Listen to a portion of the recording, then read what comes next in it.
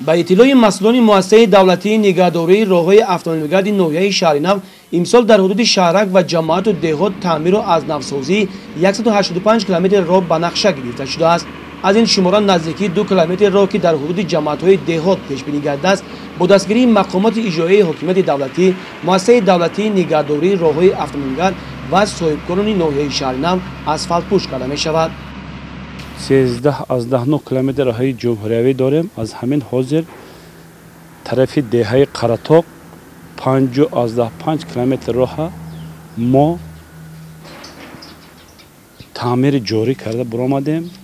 با علامت‌های راه عوض کرده شد. حاضر طرف جماعت دههای اکرم حسنов 8 مرد از صاحبکار 1 کیلومتر راه پوررا اسفالت پوش کرده شده است.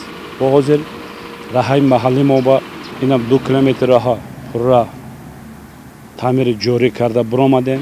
نقشه ما در آینده پوررا اسفالت پوش کردن حرکت میکنیم که راههای ما خوشرو باشد، اینجا آرام باشد. دولت ما تا این مدت راههای محلی و جمهوریوی در توازن مؤسسه دولتی نگهداری راههای اتومبیلگرد نوحه شهر نو بودند از تعمیر جاری برآورده شد که از این نشاندار قریب 3 کیلومتر راه منفرش گردیده است. خوشبختانه صاحبکاران نیز برای آباد و زیبا نمودن محل زیستشان طرفداری نمودند پیوسته در کارهای جمعیتی سهم می‌گذارند.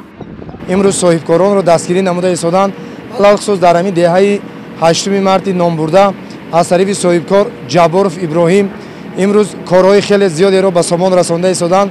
علاوه خصوص چند ماه پیشتر مؤسسه تعلیمی ما که ساخته به استفاده داده شده بودند، خوانندگان ما از راههای دور یعنی به تحصیل فرا گرفته میشن، امروز مؤسسه مقامی مؤسسه میانه را گرفته، فرزندان ما، دودران و خواهران ما در اینجا تحصیل میانه میگیرند.